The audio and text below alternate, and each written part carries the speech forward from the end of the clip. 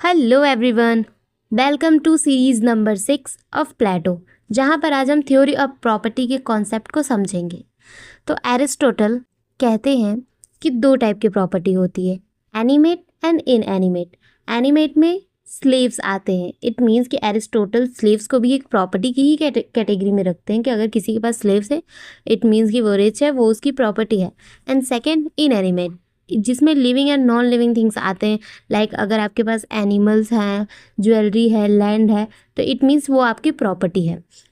और प्रॉपर्टी के ऑनरशिप और उसके यूज़ के रिगार्डिंग एरिस्टोटल ने 3 टाइप्स के प्रॉपर्टी सिस्टम को डिस्क्राइब किया है।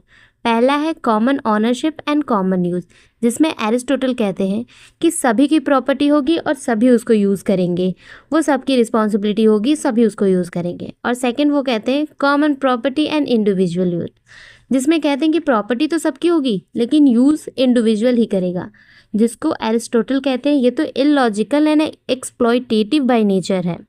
देन आता है third individual ownership and common use. ये बेसिकली एरिस्टोटल के द्वारा सपोर्ट भी किया जाता है, जिसका मतलब होता है कि जो ऑनरशिप है वो प्रॉपर्टी का, वो तो इंडिविजुअल के हाथ में होगा लेकिन उसका यूज़ जो है वो सभी करेंगे। इट मीन्स कि ऑनर जो होगा वो अपना प्रॉपर्टी या इनकम कुछ पुअर वेल बीइंग के लिए ही देगा, जिसको हम गांधी जी के चैरिटी कॉन्सेप्ट से भी लिंक करके समझ सकते हैं कि अगर किसी के पास ज़्यादा है तो वो उसमें से कुछ वेल बीइंग पुअर्स के हेल्प के लिए डोनेट करेगा, चैरिटी देगा। सो इससे जो स्ट्रक्चर होगा वो सोसाइटी का वो बहुत ही अच्छा होगा। So this is the theory of property according to Aristotle. Thank you guys. If you really find this video helpful for you, then please like and subscribe.